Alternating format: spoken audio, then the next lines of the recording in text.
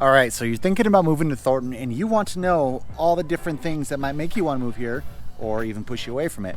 We actually just created a video as to why we as a family decided to make Thornton our stomping grounds. But today we're going to dive into the things that we believe you should know before you choose Thornton for you or your family. All right, let's do it.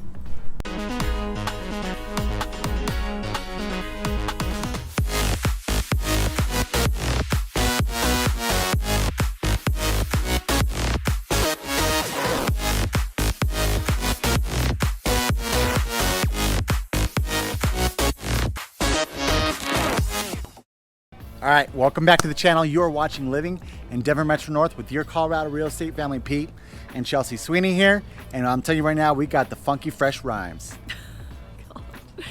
If you haven't done so already, guys, hit that subscribe button, give us a thumbs up, and then also hit that notification bell. We are putting out new videos every single week, and we want you to be notified every single time a new video is posted. We're also going to put in a phone number down below. If you want to call, text, email, however you prefer, we are here to make sure that your questions get answered every single time. Yeah, guys, if you find value in these videos, because we approach our videos as natives, as a family, and as your local real estate knowledge in the Denver metro area, if you find these videos valuable, it's so important that you hit the subscribe button. That way we are exposed to more people out there who are looking to move into the area and really want to know what area is best for them, because ultimately we're the people that you want to know to get to where you want to be. All right, so let's go ahead and start out with some drone view.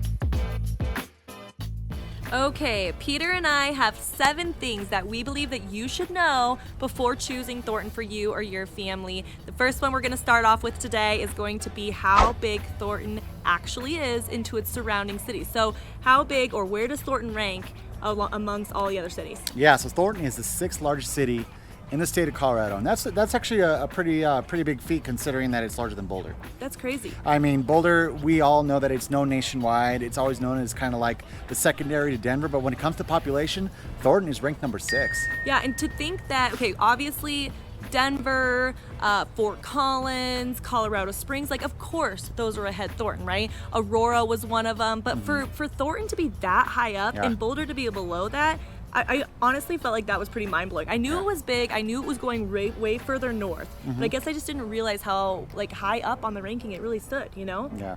Especially because a lot of Thornton's probably not even built yet. Are these mosquitoes getting you right now? And so, our cadets have earned their wings. Full-fledged fighter pilots. Okay, I told Peter, I was like, it's so beautiful right here. We should record. And he's like, what about the mosquitoes? I'm like, it's 15 minutes. Pull it together. They're like all, it's so beautiful. They're attacking us over here. They're like going to town. So I guess like, maybe don't. I might be moving a little bit more right now. Yeah, so it's fine. Very cool. If we're doing a dance, it's not because we just love dancing together. Yep, there you go. All right, number 2. What do we got for number 2?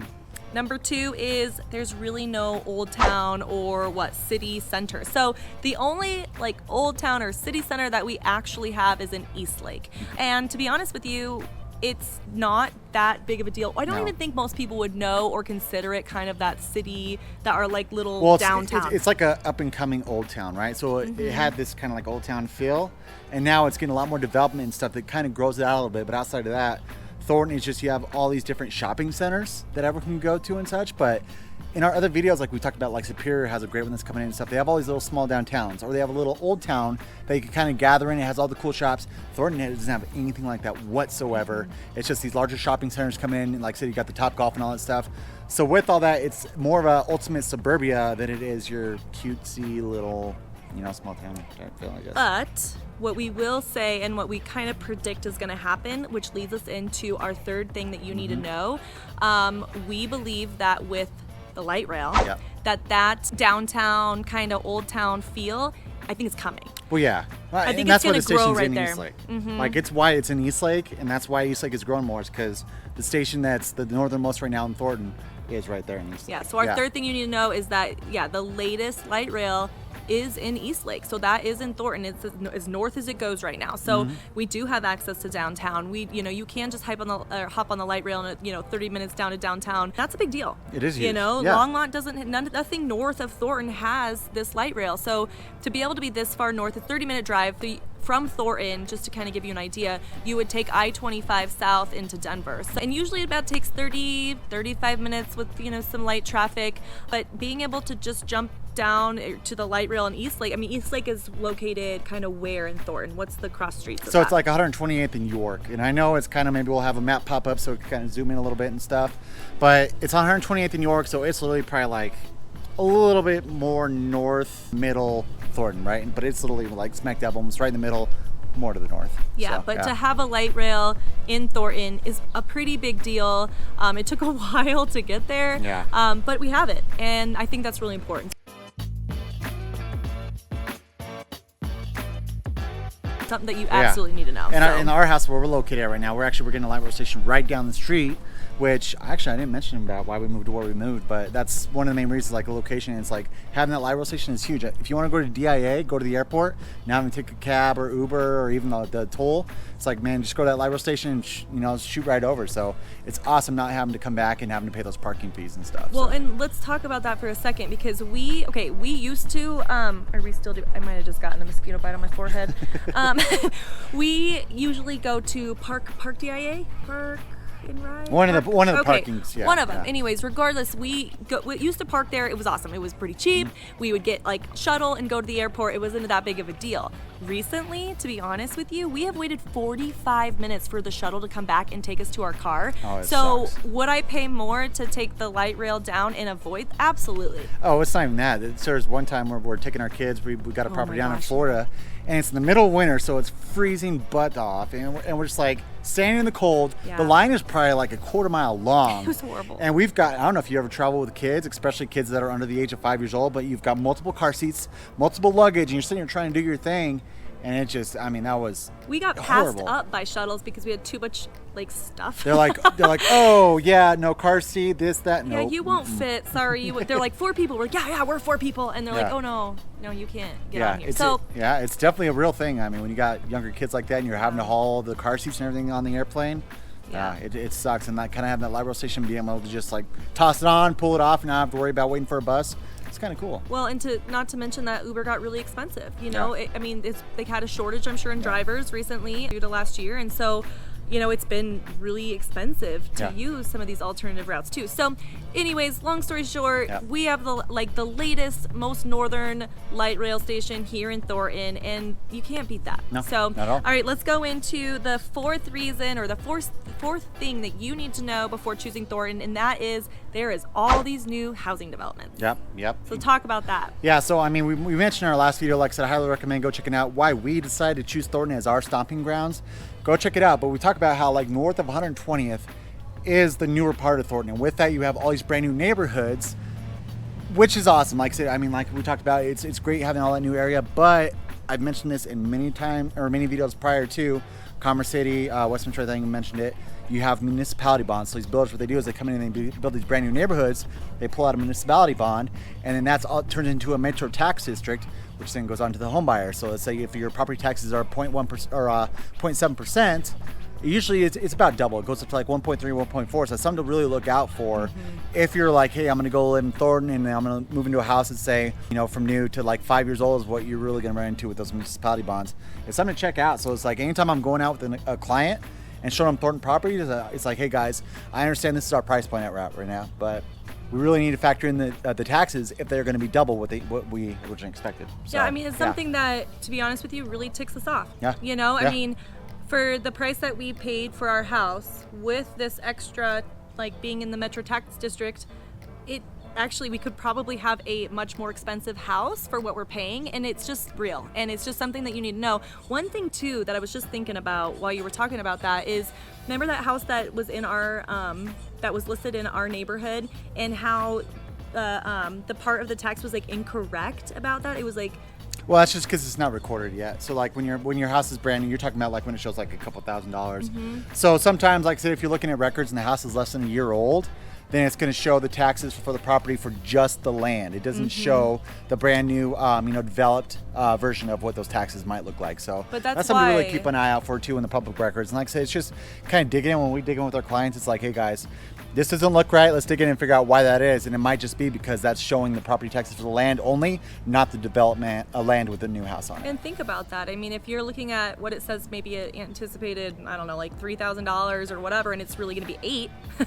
It's just, I mean, obviously that's why you have a real estate agent, but it's just something that you really need to keep in mind, because me not having all the knowledge that Peter has, it was like, holy, like I guess I just didn't realize how big of a difference that really made, you know? And does it suck? Yeah.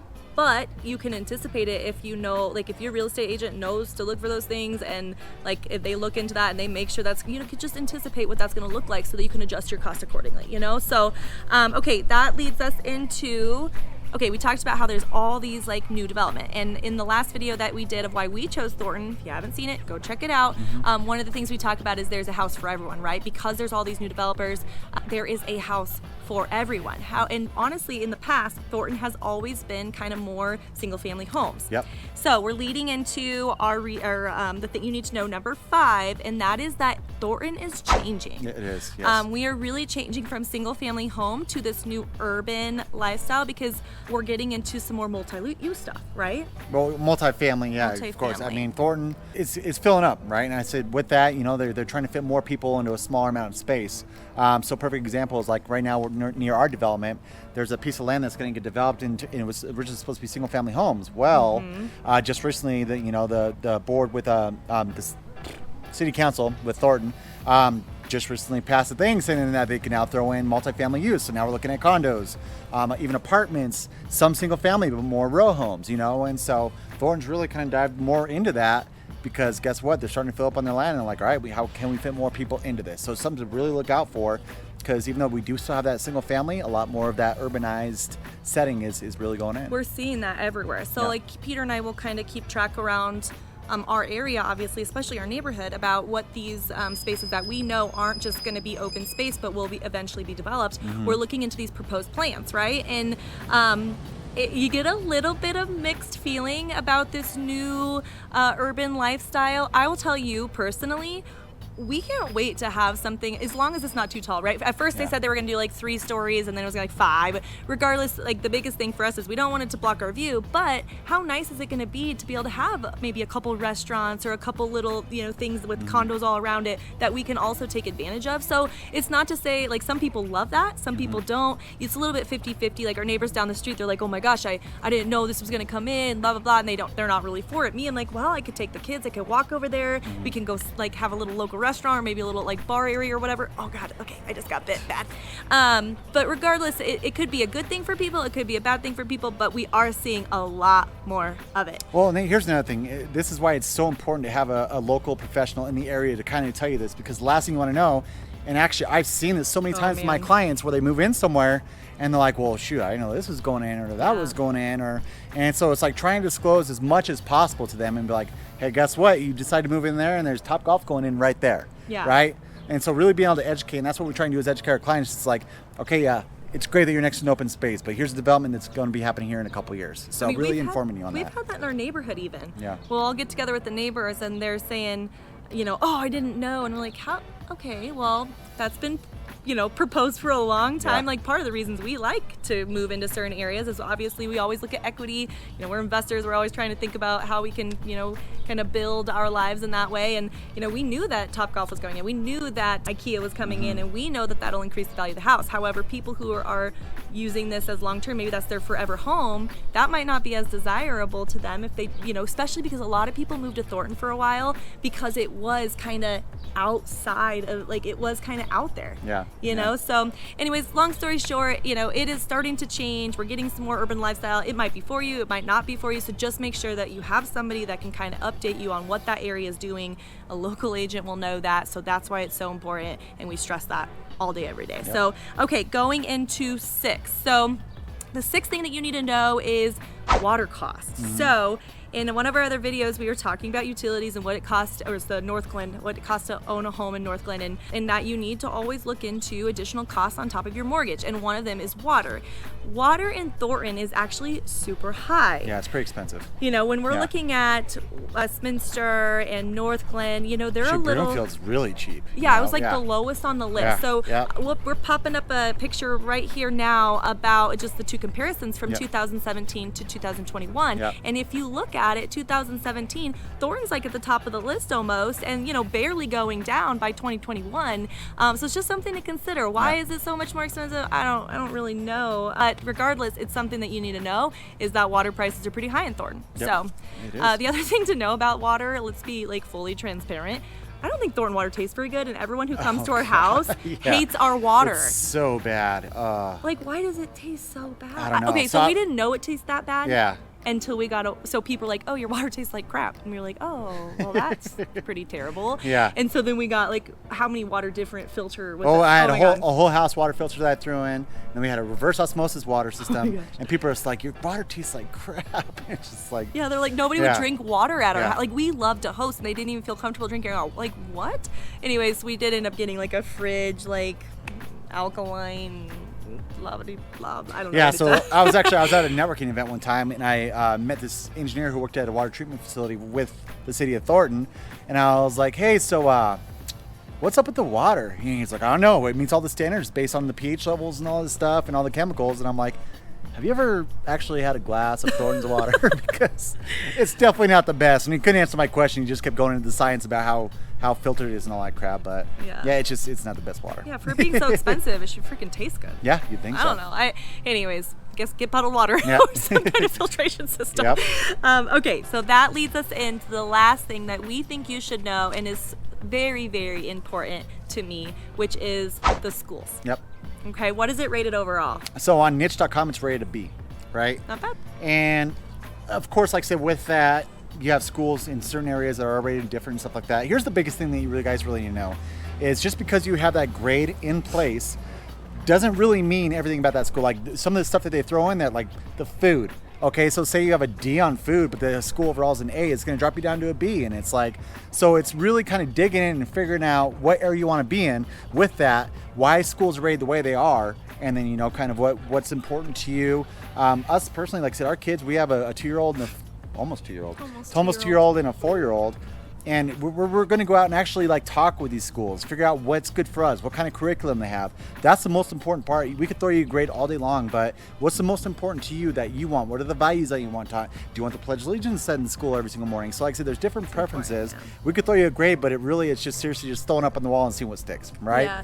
The other thing too about Thornton is the grade is not based on Thornton. Talk about it's actually based off Adams 12 district, right? And so that's spanned across Thornton, Federal Heights, and Northglenn. And it actually goes over to Westminster a little bit too. It's lumped a lot of things together, so it's kind of hard to really tell about Thornton School when they're taking all these other cities in consideration. So what I did is I did look up a couple schools for you that are specifically in Thornton. Again, it's a grading system. Do I think that this is like the tell-all? Absolutely not. Like, get out there, interview them, find out. You know your kid. You know what's going to be best for them. So let's just go through a couple in Thornton. I wrote them all down. Stargate, which is actually right down the street from us. It's a charter school. It's a charter school. It's an A+ school.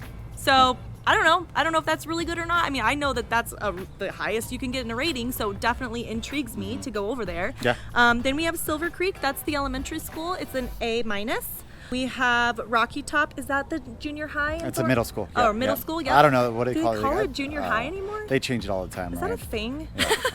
Middle school, junior high. I don't even know which grades they are anymore. We're not quite there yet. But, they are also an A-, and then Holstrom. And Holstrom is an A- as well. And isn't Holstrom a STEM style school? I think so. Yeah. I think it's a STEM style school. Yeah, because our friends have kids that go there. Yeah. They love it.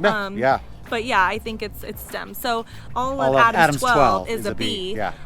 For us to say 4 schools in Thornton rating an A is really good. So we might actually bring that overall grade up by having Thornton mixed in with those other cities. So, always just looking into school specific, especially in places that, put a bunch of cities together as such as Adams 12. So, okay, guys, well, that is about all that we have for today, but that's 7 reasons that are things that we think you should know before choosing Thornton for you and your family. It's very dear to our heart. Thornton is our stomping grounds, and if you haven't gone or haven't seen our other video in regards to why we chose Thornton, go ahead and go check it out, because it's a little bit more personalized to why we chose it overall. But these are some really big, broad, awesome things to talk about. Yeah, guys, thank you so much. Like I said, we love making these videos for you. We love hearing from you. It's so great, like kind of hearing you guys reach out to us, because we hear from you almost every single day. And just talking about what you want to see in the videos, kind of where you're looking at moving, giving you advice. So thank you so much. We truly appreciate it. We love making these videos. If you guys really do find these videos valuable, I mean, you want to expose to other people who are also looking to move into the Denver metro area, please subscribe. Please hit that thumbs up, throw a comment below, because it really helps out the algorithm to get this video out to more people across the country and maybe even the world. So yeah, the other thing too, guys, is if there is a topic that you're interested in, or if you want us to dive into something a little bit more, we do these videos for you. So feel free to comment below, reach out. We have been getting requests, and we love that, and we try to squeeze it in before other titles just so that we can respond to you quickly. So if there's something that you want us to dive into, please let us know. All right, sounds good, guys. Well, we love you, and until next time, see ya. Bye. If you haven't done What? pause it. No, just keep going. No, nothing. Oh, okay. Just keep going. All right, I'll go ahead and go then. Okay, ready? Now gotta go stop. over. Now stop. Hold on. All right. I'm gonna fix my hair. I was waiting for you to come in and I had nothing else to say and I just blabbed. Okay, ready? Go.